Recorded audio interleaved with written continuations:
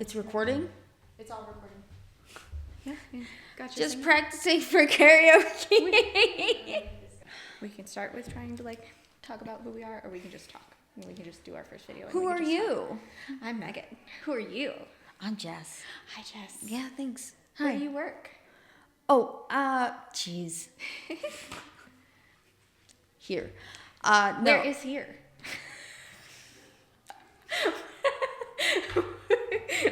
Where are you? Barbara Walters, chill out. No, we're having a normal conversation. No, this is totally normal. I definitely introduce myself to you and my place of work every time. Every single time. But for the people who might be watching who don't know, where do you work? I'm Jess. I work at Colorado Home Realty in Littleton, Colorado. Hi, Jess. What's Welcome. up? Oh, finger guns, damn. Pew pew. That's we can't do pew pews. Oh. Are finger guns still allowed? Pew pew pew.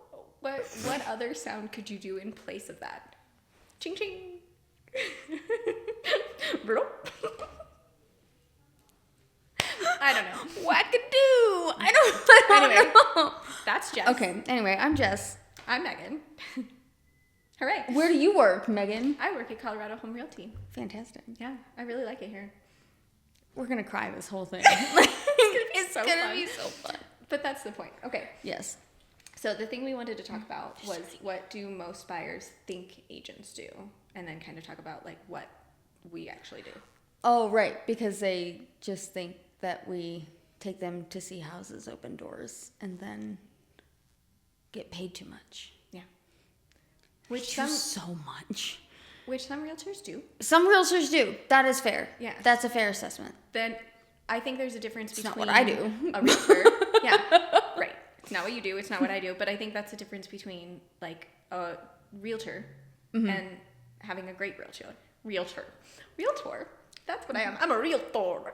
There is a difference. There is a difference. And the difference is how you conduct yourself. Yes. How you do business. And I think there's a lot of agents who do the bare minimums, where they show homes, they do some paperwork, and they make a lot of money. But I think also, and we'll get into that more, but the perception of making a lot of money is skewed. Is relative. It depends. You can. And there are a lot of agents, this is a career where you can be very successful, you can make a lot of money. But that's not always the case. And if you look at, I think what's mostly skewed is the amount of time versus paycheck that people see. People see what we take home is very different on a month-to-month basis versus that big check that people see. Right, but a lot of agents, if you look at somebody who has a full-time career who's making even $70,000 to $150,000 at the end of the year, if they got paid that as a lump sum, or if you just looked at the end of the day when they're filing taxes, if you look at what somebody else makes versus a real estate agent, there's not a lot of agents. There are agents, but there's not a lot of agents who are making that or making over that. That's pretty typical for most agents, is somewhere in that range of $70K to $150K per year. A lot of agents and are that less, amounts to maybe and there's some that are more, and it just kind of depends. Right. So when you're taking it, month by month, after all of your splits as well, I think people don't realize that we have people that we have to pay as well. Mm-hmm. We have a transaction coordinator. You've got a lot of back end work that we do that people just don't see. Yeah. And that's our job, is to make sure that we take that stress away from them, because it's already stressful trying to just find a home that you're going to feel happy and satisfied in for years.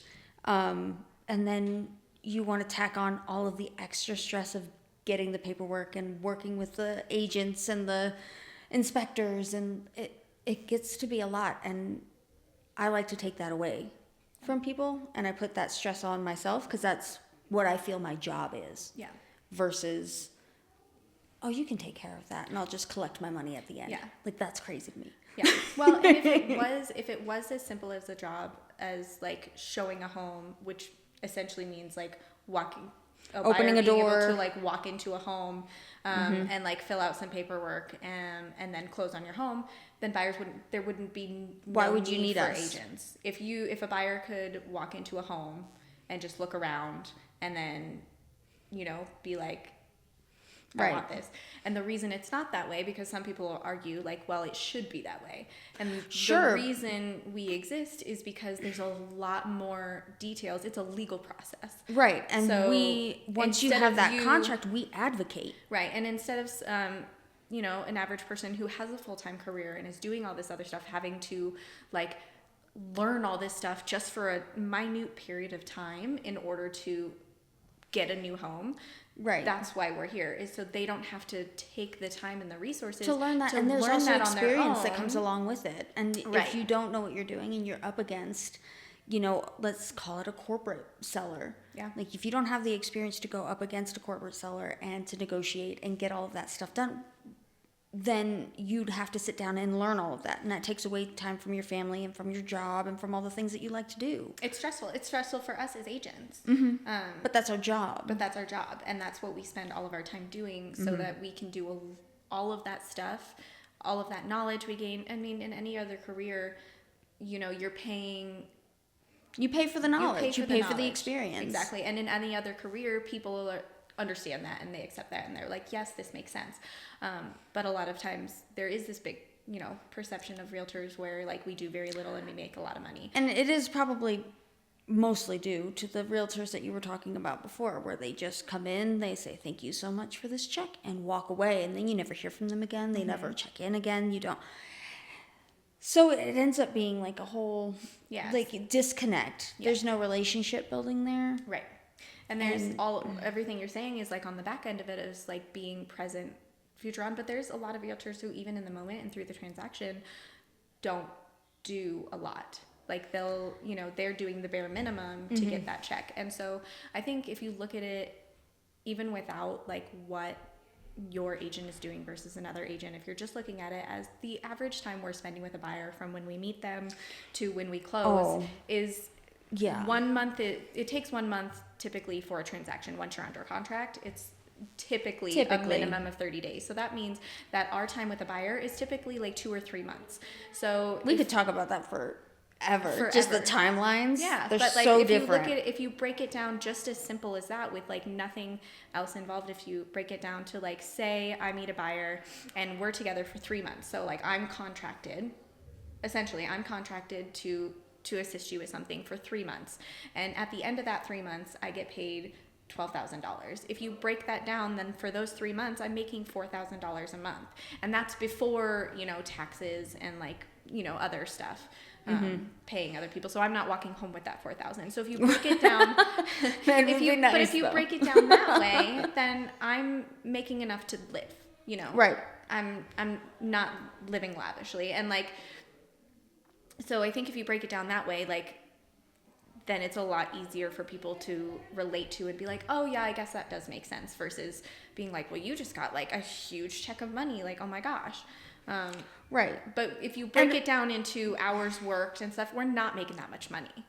No, not when you break it down into hours worked, because there's, phone calls that we're making. There's negotiating that's going on in the back end. And, through a series of meetings that we have with the buyer, we can figure out what it is that they're wanting and where their hard lines are. And then we're under contract. We're that fiduciary for them. Yeah. So yes, we check in, and yes, we can do a lot of like back and forth with the buyer, but sometimes that's not what the buyer wants. And so like they're busy between this hour and this hour. Well, if they're coming in and talking about, well, we're not going to take care of your furnace, you have to do that. My job then becomes to advocate for you to get that furnace replaced, fixed, whatever it is that needs to be done. Yeah. And then I can come back when you're done with work, call you up and be like, hey, we got the furnace. Yeah. And then you haven't seen the 6 hours that we went back and forth about a furnace. Yeah. But you got the furnace because you told me that you wanted that furnace. I got you the furnace. Yeah. But if I had come to you and been like, hey, are you sure like you want this furnace? They don't really want to pay. Then you're spending your entire day stressing about a furnace. When I could do all of my job, and I'm not going to make decisions for you, but if I know you want a furnace, I'm going to make that happen. And then if it comes to the point where the seller is a make or break, and they will not, then that's when I come to you and be like, here's the situation. I've done everything I can to get you this furnace, and they are steadfast. where do you want to compromise? And then they get to make that decision. Right. So it's not like by not communicating, we're making the decision for them. No. We're getting them the decision that they've already made. And if we can't do that because we can't control the sellers, we can't control the other side, then that's the point where we're coming back, where we don't have a solution. And we'll tell them, hey, we can't get back to you. We'll get back to you at this time on this day. Right. And then then I would talk to the buyer. Right. And have that conversation at that point. But there's no sense in you stressing out all day about a furnace when you don't have to. Right. Or whatever, that's what fence line or whatever. Yeah. So that's when we come in. You know, we have resources that you would just be Googling. Mm-hmm. Like I've got inspectors, I've got loan officers, I've got contractors and roofers. I've got all these people here, and I can give you the names and you can look them up if you want to. And you can pick who you want. If you've got your own, that's fine too. But like, we are a valuable resource. Our job is to facilitate, and we don't make any decisions. No. You make all the decisions, but our job is to facilitate those decisions and get you everything that you want. Let's talk a little bit let's clarify what fiduciary means, because I don't think people fully understand what that means in like being relative to us as your agent. If I'm your fiduciary, what does that mean for you as a buyer? So if you have when you hire a realtor, you have options of what type of service that you want to have from that realtor. So you can have the highest level of service, which is a fiduciary. That's what I prefer to be to my buyers, because that means that I can advocate, I can make decisions for them. So what that will mean is everything I do is to the benefit of my buyer. Full stop. Yep. If you want a furnace, I will get you a furnace to the best of my ability. I will do everything in my power to get you what you want. Whereas if you were, let's say, a customer, I don't have that fiduciary, well, I'm probably not going to fight as hard because I can't. Yeah. I'm not allowed to do that. I would have to stress you. The buyer hasn't given you permission to act on their behalf in their best interest in order to get them what they want. Right. It has nothing to do with us and what we want. All our interests are your interests. Right. When we are your fiduciary. Right. It also means like when the fiduciary also means that like I'm legally contracted just to you. I cannot. I can't represent another person. But when we're talking to the seller in that or the seller's agent, we're never talking to the seller. When we're talking to the seller's agent in that transaction, every single thing that we say, that we disclose, that we negotiate, every single thing is only with the approval of our buyer and with our buyer's best interest at heart. So we're not cutting a deal with the seller's agent and be like, okay, how are we scheming to like make this deal happen? And I'm not saying people with customers do that. No. But there's nothing that prevents them from doing that. There's nothing that prevents them from doing that. Mm-mm. So you pick your service. Yeah. Basically. Yeah. You're hiring me to have your best interest at heart and fight for you. Right. I'll fight tooth and nail. Yeah. But I have to have the legal grounds to do so. So that's what fiduciary means. It means the highest level of service. It means the conversations we have are going to be very in depth, so that I can give you everything that you need to the best of my ability. Yeah, and when we give you advice, it's going to be with the idea of what you need and what you want and what's going to work best for you. Right. And at the end of the day, we can give you a list of options, and whatever you choose, we'll go get it. Yeah, and that's the direction. That's what we'll do. So it has nothing. We don't get to have opinion. Like, we get to share our knowledge, but we don't get. We can educate. We can tell you the outcome of a decision. Yeah, but we can't make that decision for you. Give you our experience and say this is what we've seen happen this way, this way. But at the end of the day, whatever our buyer wants, that's the direction we go. Mm-hmm. And the same goes with sellers. Yep, it's on both sides. Yeah, whether you're a buyer's agent or a seller's agent, if you have that fiduciary relationship, if you have a signed contract, that those are the services that your agent should be providing you. And if they're not doing that, oh no, that's my timer. I have to go get my hair cut. Ka-cha. But yeah, if they're not doing that, then you need to find yourself another agent. Full stop. I gotta go turn that off. It's gonna be your catchphrase. do, do, do, do, do, do, do, do, do.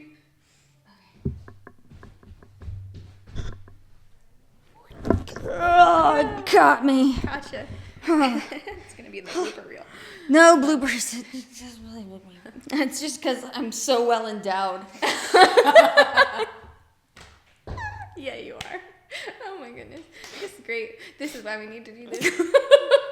This is Just from CHR, the well endowed theater. This is theater. Look at you, theater king. Whee! Oh my god. Finally, I've made it. We finally have a chance. My jock days are over.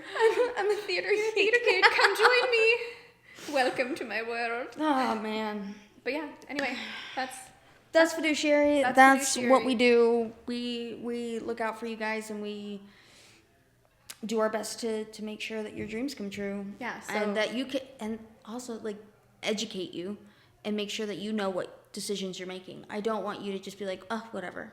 I want you to know. yeah. I have a wealth of knowledge, and I want to share it with people. Yeah, and a lot of And I times if don't they want don't people have to an make answer, a it's just bad- because they don't fully understand the options. And Right. if you explain the options, they're going to be like, oh, I definitely don't want that, or I definitely do want that.